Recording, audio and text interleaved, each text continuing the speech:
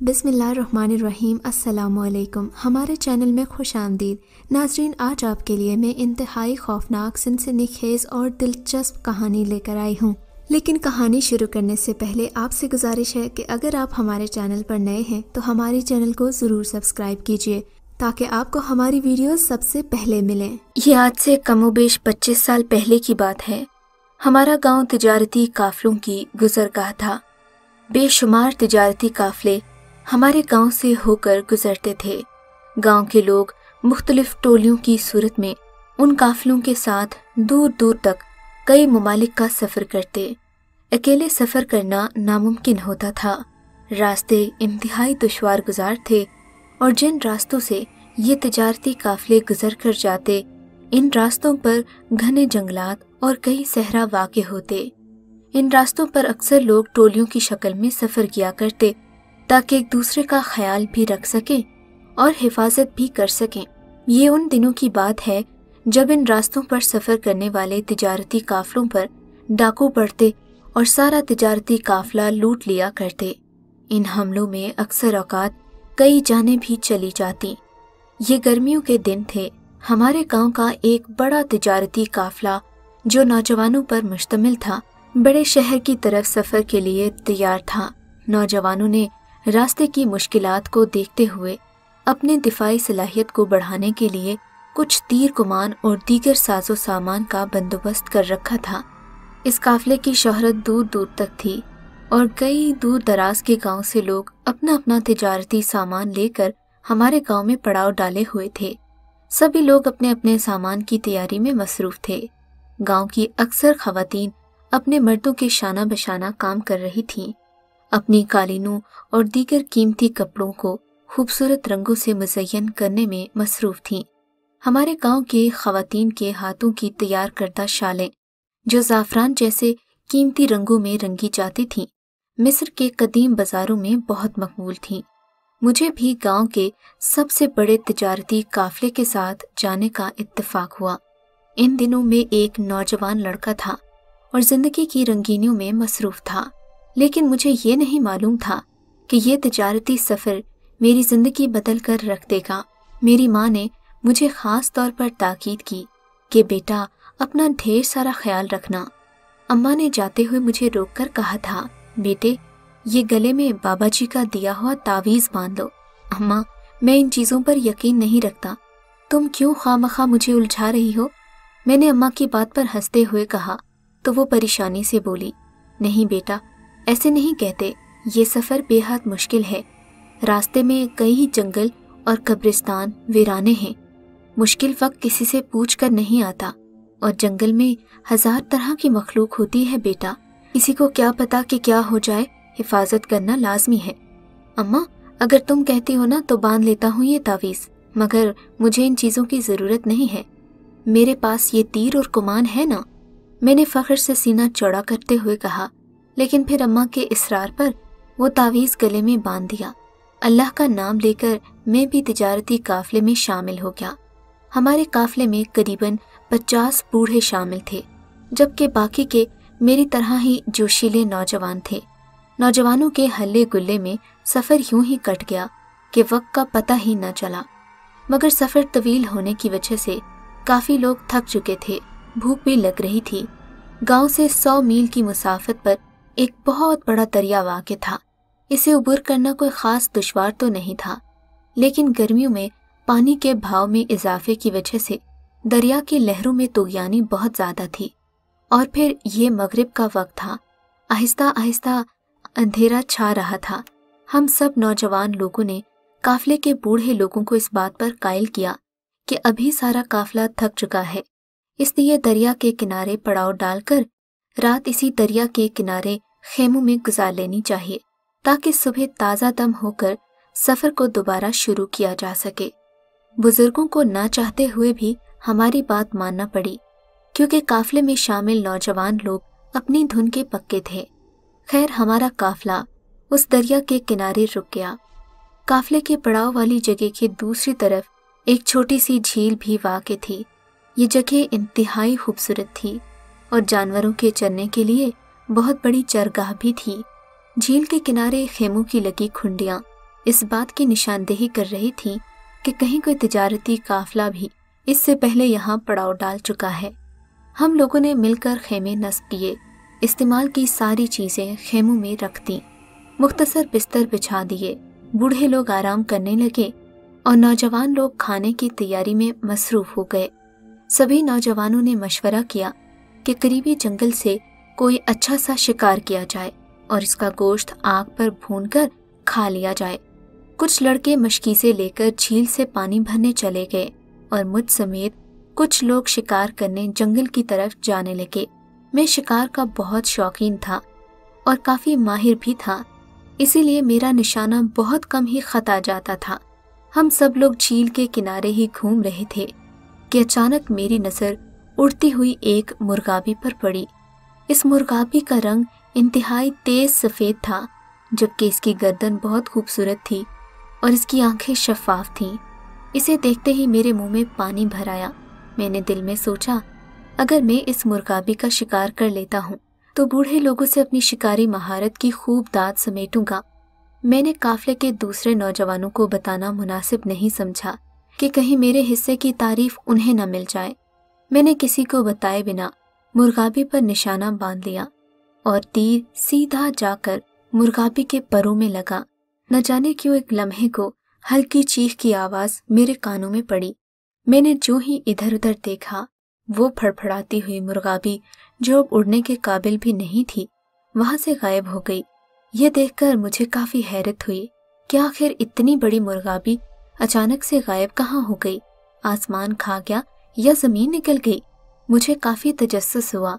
तीर तो उसे ऐसा लगा था कि वो हिलने के काबिल नहीं थी। मैं इसी सोच में गुम था कि काफिले के बाकी नौजवानों ने मैदान मार लिया, क्योंकि तकरीबन सभी लड़कों ने कोई न कोई परिंदा शिकार कर लिया था। मैं खिसियाना बनकर आग जलाने लगा, परिंदों का गोश्त भूनने में मसरूफ हो गया। खाने के बाद कुछ नौजवान पहरेदारी के लिए चौकन्ने हो गए और कुछ लोग सो गए। कुछ नौजवान लोगों को आधी रातों के बाद जगाना मकसूद था कि पहरे देने वाले बाकी लोग भी आराम कर सकें। तय ये हुआ था कि रात के पहले पहर मैं और मेरे कुछ साथी पहरेदारी करेंगे। रात गहरी हो चुकी थी। आसमान पर चांद अपनी आबोताब के साथ चमक रहा था। मैं आसपास के हालात का जायजा ले रहा था। दूर दूर तक किसी चीज का नामो निशान नहीं था। खेमे के बाहर अब ठंडक सी महसूस हो रही थी। मेंढकों और टिड्डियों का शोर गहरी रात होने का शिद्दत से एहसास दिला रहा था।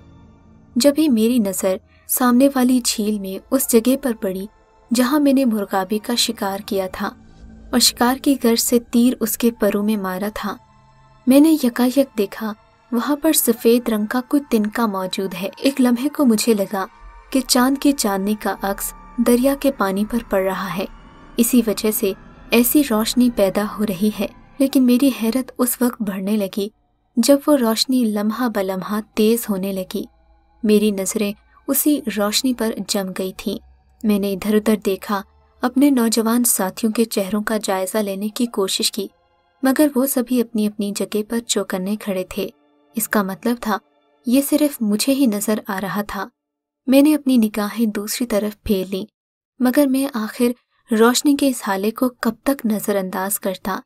यकायक मैंने देखा कि वो रोशनी बहुत बड़ा नूर का हाला बन गई और आन की आन में वहां पर सफेद लिबास मौजूद था। अब रोशनी कुछ कम हो गई थी, लेकिन वो नूर और सफेदी ऐसी थी कि दूर से वाज़ेह देखा जा सकता था। मेरी नजरें उसी नूर पर जमी हुई थीं।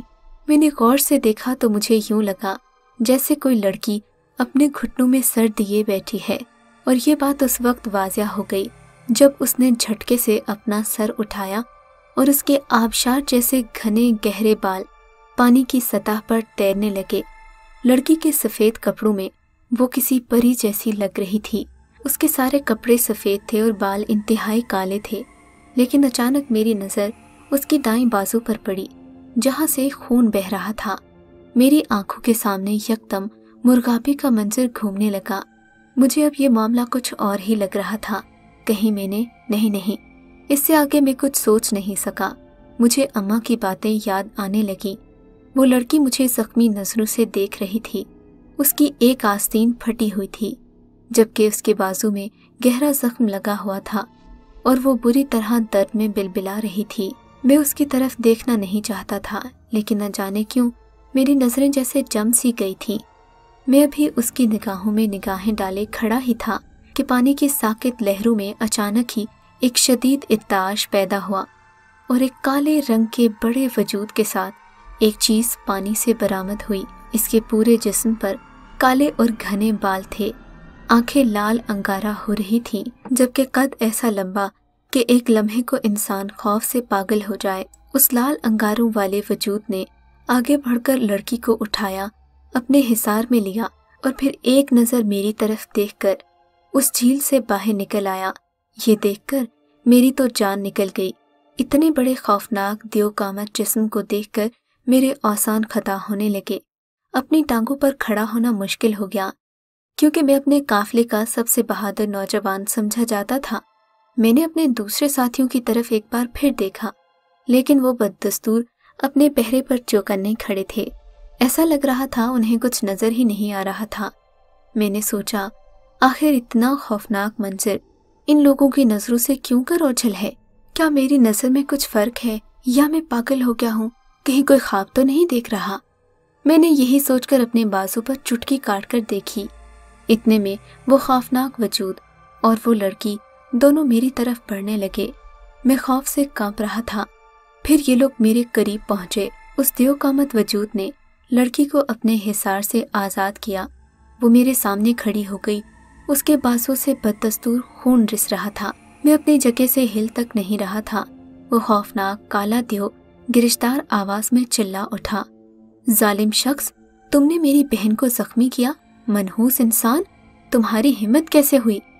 ये कहकर उस काले देव ने खौफनाक पंजों वाला हाथ मेरी तरफ बढ़ाया, लेकिन जो ही उसने मुझे छूने की कोशिश की, एक झटके के साथ वो कई फुट दूर जा गिरा। थोड़ी ही देर के बाद इस जगह से आग के कुछ शोले बुलंद हुए और वो लड़की और वो काला वजूद आनन फानन गायब हो गए। मेरे तो मानो पसीने छूट रहे थे। मैंने अपना पहरा पूरा किया और सो गया। मैंने किसी शख्स से भी इस बारे में जिक्र नहीं किया कि कहीं ये लोग मेरा मजाक न उड़ाएं कि ये नौजवान इतना बुज़दिल निकला है। हमारा काफिला जब मतलूबा शहर पहुंचा तो हमें रात हो चुकी थी। सारा काफिला सुबह होने का इंतजार करने लगा। अगले दिन सुबह सब लोग बाजार में तिजारती सामान की खरीदो फरोख्त में मसरूफ थे कि अचानक मेरी नज़र बाजार में एक शख्स पर पड़ी। इसके चेहरे का रंग इंतहाई काला था। एक पल को मेरी नजरें उसकी निगाहों से मिली तो मुझे लगा कि मैं इस शख्स को पहले भी कहीं देख चुका हूँ। न जाने क्यों मारे घबराहट के मैंने अपनी नजरें फेर ली, मगर मैं मुसलसल नोट कर रहा था कि वो शख्स काफी देर से मेरे ताक़ुब में है। मेरी नजरें जब भी उससे चार होती, उसकी आंखों में वही गुस्सा, वही नफरत अयां थी जो उस वक्त झील के किनारे सामने मौजूद शख्स की आंखों में थी। उसे देखते ही मेरी रीढ़ की हड्डी में एक लहर सी दौड़ जाती। मैं उससे दूर भाग रहा था, लेकिन वो काफिले में मेरे उतने ही करीब रहा। खैर, फिर हम लोगों ने एक जगह पर अपना सामान यानी चादरें वगैरह एक तरह सजा कर रखी और खरीदारों का इंतजार करने लगे। ज़ोहर के बाद इस मेले का आगाज होना था। सब लोग ज़ोहर की नमाज पढ़ने जाने लगे। यूं तो इन दिनों चोरी चिकारी का किसी भी तरह गुमान नहीं होता था, लेकिन एहतियातन इन लोगों ने मुझे अपने माल का पहरेदार मुकर्रर किया और खुद नमाज पढ़ने चले गए। तय ये हुआ था कि इनके जाने के बाद मैं थोड़ी दूर वाली मस्जिद में जाकर नमाज अदा करूंगा, जहाँ का वक्त जरा मुख्तलिफ था। सब लोगों के जाने के बाद मैं अपने माल के पास खड़ा था, जबकि इस मेले में इक्का दुक्का लोग अभी भी मौजूद थे कि वही काला शख्स मेरी तरफ बढ़ने लगा। उस काले शख्स को देखकर मेरे वजूद में अजीब सी सनसनी दौड़ गई। वो तेज तेज कदम उठाता मेरे सामने आकर खड़ा हुआ। पहले तो कुछ ना बोला, मैंने फिर उसे खुद ही सलाम किया। उसने मेरे सलाम का कोई जवाब नहीं दिया। उसकी सांसों की आवाज मुझे अपने कानों तक सुनाई दे रही थी। ऐसा लग रहा था कि इंसानी वजूद में कोई देव छुपा है, जिसकी सांसों की फुनकार दूर तक महसूस की जा सकती है। इस शख्स का हुलिया मुझे खौफजदा कर रहा था। तभी ये बोला, तुमने जो किया है वो बहुत बुरा किया है और ये जुर्म हमारे लिए नाकाबिले कबूल है। तुमने मेरी बेटी को जख्मी किया है। अगर उस वक्त तुमने गले में ये तावीज़ ना पहन रखा होता ना, تو میرا بیٹا تمہاری بری حالت کر دیتا، مگر خیر تمہیں اس تعویذ نے بچا لیا۔ اب تم خوش قسمت ہو کہ بچ گئے ہو، لیکن تم نے جو ہمارا نقصان کیا ہے اس کا ازالہ تمہیں بہرحال کرنا ہوگا۔ میں اس شخص کی باتوں کا کوئی جواب نہیں دے پایا۔ میرا خیال تھا کہ یہ خود بخود میری طرف بڑھے گا اور پھر پہلے والے واقعے کی طرح کچھ شعلے بلند ہوں گے اور یہ یہاں سے چلا جائے گا، مگر ایسا کچھ نہ ہوا۔ اس نے مجھے کچھ نہ کہا اور آن کی آن میرے سامان پر ہاتھ رکھا۔ دیکھتے ہی دیکھتے سب چادریں اور قالینیں ایک لمحے میں وہاں سے غائب ہو گئیں۔ اپنے مال کو اپنے سامنے سے جاتا دیکھ کر میں بہت چیخا چلایا، لیکن اس نے میری ایک نہ سنی۔ آس پاس کے لوگ میرے پاس اکٹھے ہو گئے۔ انہوں نے بھی گواہی دی کہ میرا سامان یہاں سے غائب ہو گیا ہے، جبکہ اس میلے میں باہر کا کوئی بھی شخص موجود نہیں تھا۔ مجھے بہت پریشانی ہوئی۔ تھوڑی دیر کے بعد جب بزرگ تشریف لائے تو میں نے ان کے سامنے بہانہ گڑھ دیا۔ میں نے کہا میرا دل نہیں مان رہا تھا کہ میں نماز قضا کروں، سو میں نماز پڑھنے چلا گیا اور پیچھے یہ واقع ہو گیا۔ میرا سارا سامان لٹ چکا تھا۔ میں بہت شرمندہ ہوا، لیکن بزرگوں نے مجھے یہ کہہ کر تسلی دی کہ اگر تمہارا یہ نقصان نماز پڑھنے کی وجہ سے ہوا ہے تو اللہ تمہیں اس سے 10 گنا بڑھ کر فائدہ دے گا۔ تمہیں پریشان ہونے کی ضرورت نہیں۔ میں انہیں کیا بتاتا کہ یہ نقصان کیوں ہوا ہے اور کس کی وجہ سے ہوا ہے۔ خیر میری جان بچ گئی تھی، یہی بہت تھا۔ میں اس قافلے سے تھکا ہارا اور شکست خوردہ واپس آیا۔